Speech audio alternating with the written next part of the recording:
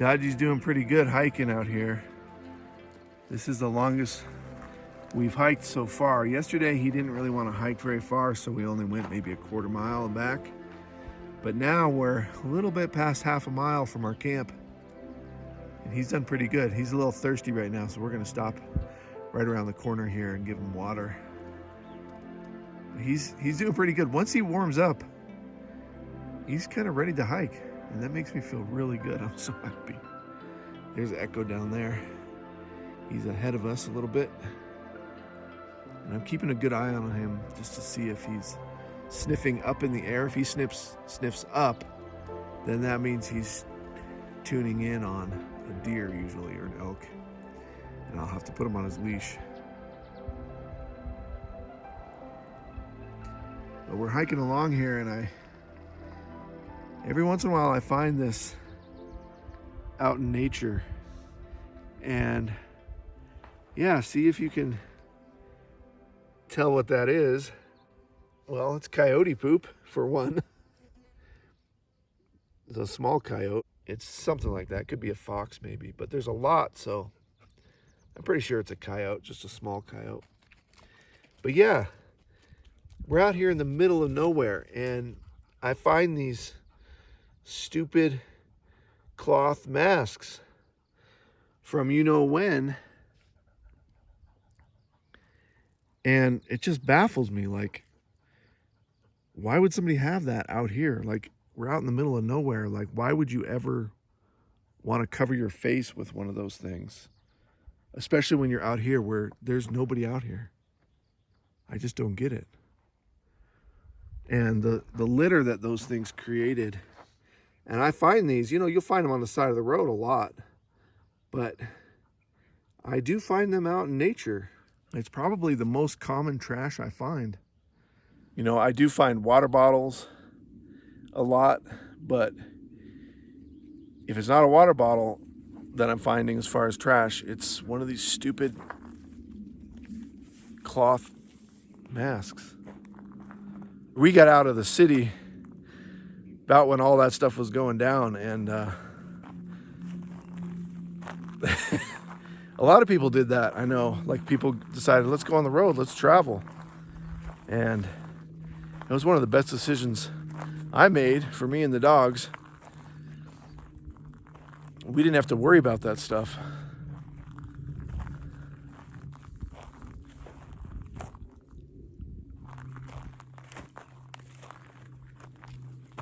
Just reflecting on where we are and what we're doing.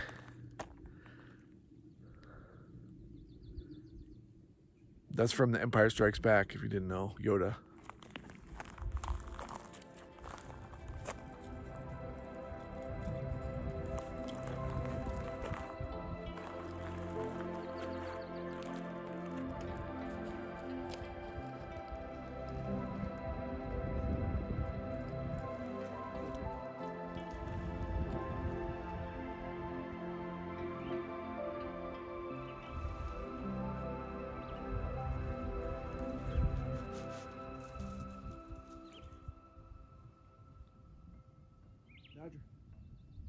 Dodger, come here.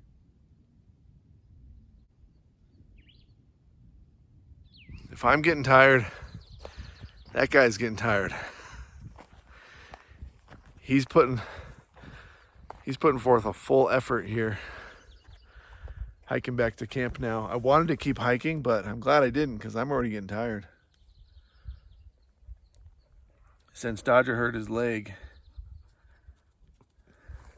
I haven't been hiking very much myself. And I didn't realize it, but we hiked a little over a mile back that way.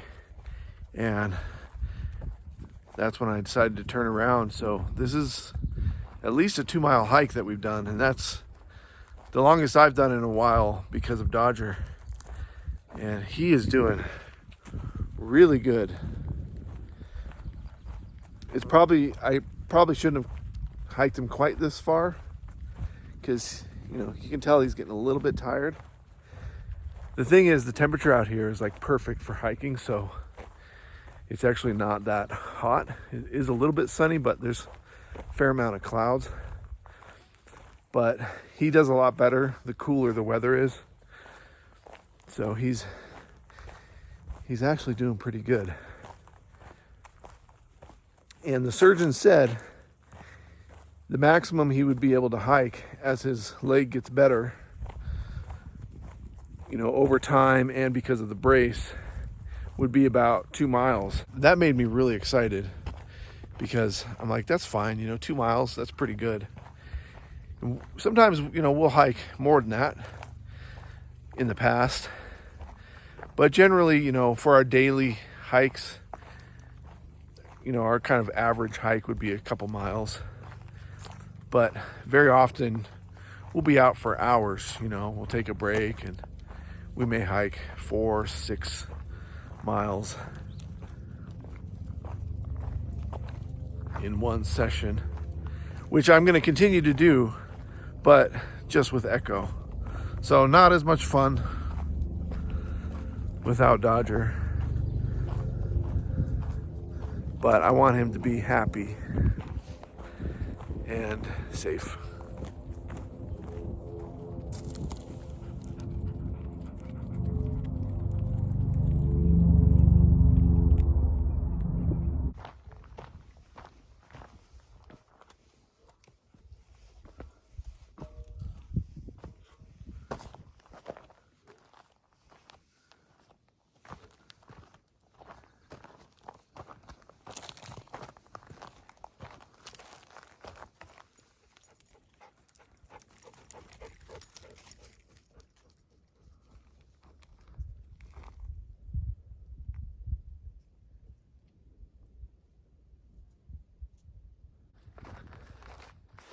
I still got the mouse issue.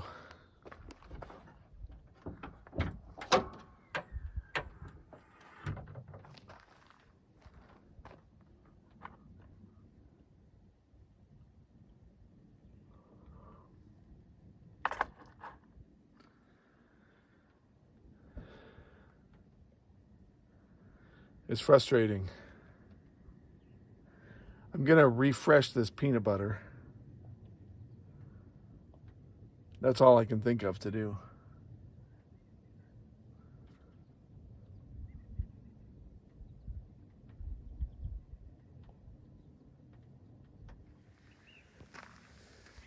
This has got to be the morning we catch the mouse. I know there's at least 2 in here. And I came up with a new position. Oh, there's a lot of action here. Oh, they were chewing at it. I put fresh peanut butter in there. Woo-hoo-hoo. They want it, but we didn't catch anything. What the crap? Look at that. They chewed the crap out of it, but they didn't go inside. There's droppings. Oh, man. I don't get it. Why don't they go inside? Is the hole too small? Oh, man.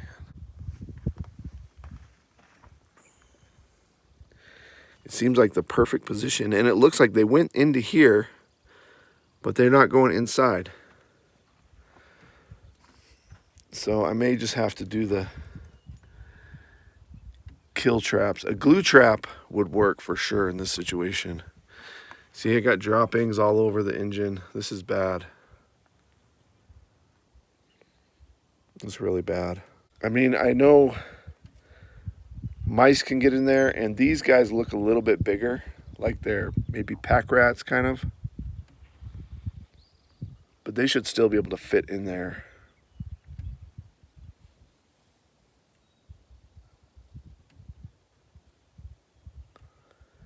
This is disappointing. I think I've got to come up with a new plan. This is the situation this morning. I've tried this trap now for 3 days, and they're not going inside. I think they're bigger. then the hole allows. They're just chewing the crap out of this thing, and I put fresh peanut butter in there, and they're obviously very interested in it, but they're not. You can see scratch marks even on the top here. See those scratch marks right there? So I'm gonna have to do a new plan. It looks like they're getting inside here because there's pee in there. But then as far as the entrance hole, it's just too small. That's gotta be the case. I ordered on Amazon some live traps that have a little bit bigger opening. And I really do think those would work, but it's gonna take, I think, like 4 more days till they arrive in town.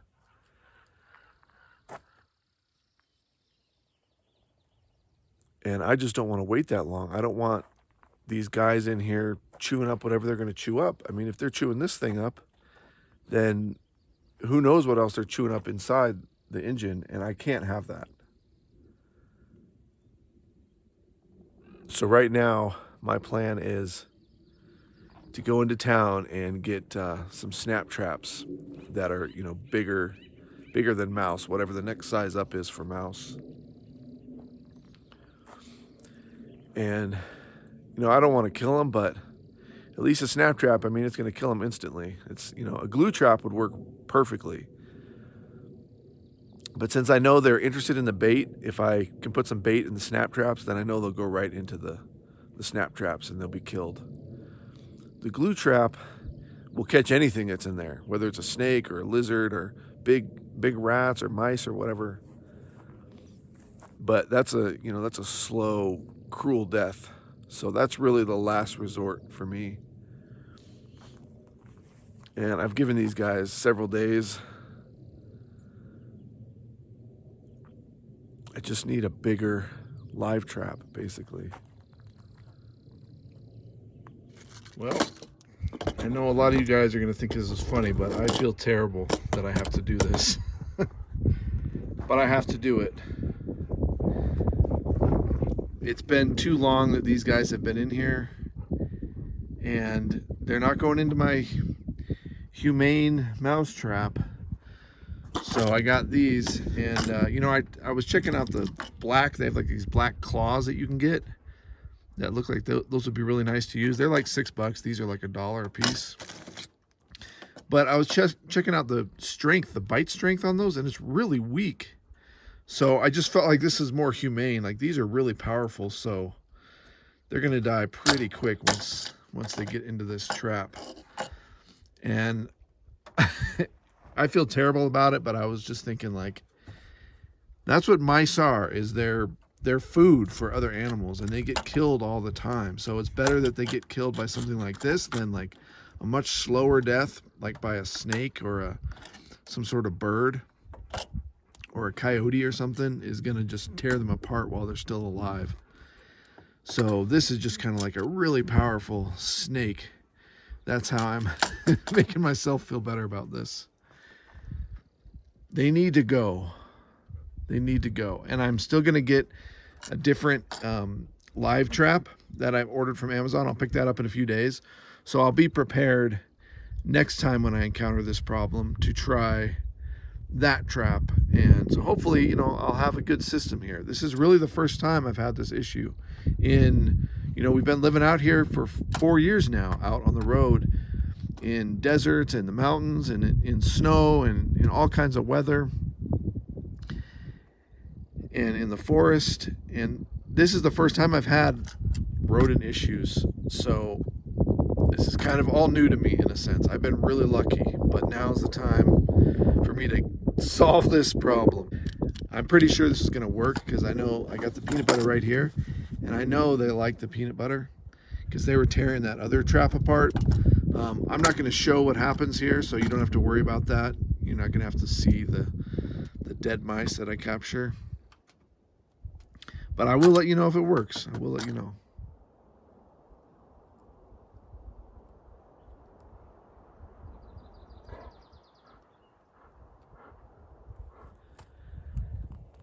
Well, It only took one night. I put the 2 traps that I got in the truck. I caught them both. And, you know, I feel really good about that. But also, I mean, I felt really guilty, you know, that I had to kill them. But it was a quick death. Like, those traps, I mean, obviously, right? They've been around forever, that style of trap.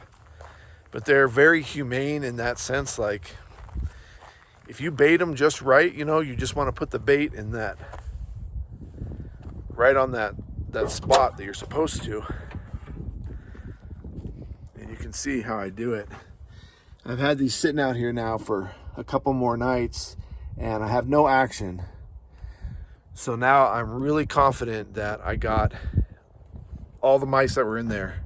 And that's all they were. They were just mice. They were, you know, kind of big mice, but for whatever reason, they weren't going in that live trap. I'm really happy that I got them out of here. I had to do it. I just had to do it. So if you want a tip, this setup worked perfectly. I had seen their little tracks and their scat along here, and that seemed like a really good flat area to put the traps out, because if you look in the truck, there's not really a great spot to set the traps. You know, you could try setting them on the battery, but man, that wouldn't be smart, especially since these are uncovered. And you know, they could bump into it and then it's just going to fall into your engine. So this worked really well as a position. It's like basically like a little shelf. The thing I had to do though was I couldn't close the hood all the way. So I just rested it here, and that leaves a good gap, because you want to have a gap that's big enough so the actual mechanism can swing open and not hit, you know, the hood. That's what I was really worried about, was it not functioning properly, but it functioned perfectly just like this. And I had one in each trap. That was the main thing I was worried about, was if I do have to kill them, I don't want them to, you know, just like get their leg trapped in there, or, you know, partially trapped and then they're just suffering all night. But if you put that bait right in the center, then they have to get their head and their body in there, and there's no escape. Once that snaps, then they die quick. I mean, they die quick. It's pretty gruesome. I tried not to look at it, you know, when I did it. I put gloves on, and then I used my Leatherman to kind of pry it open. And I didn't know exactly what to do with the dead mice, you know. The thing is, since you're not using poison, is it's still a viable food source, you know, for whatever animals out here want to eat them. So I just lay them out in the woods, and, you know, hoping that something will come by and eat them. You know, probably birds will come by and get them. And so that makes me feel a little better that at least, you know, they're not going to waste. Because if you poison them, you know, with bait and that kind of thing, then you can't leave them out, because they'll poison, you know, whatever eats them. Well, I want to show you how these traps work. Wow.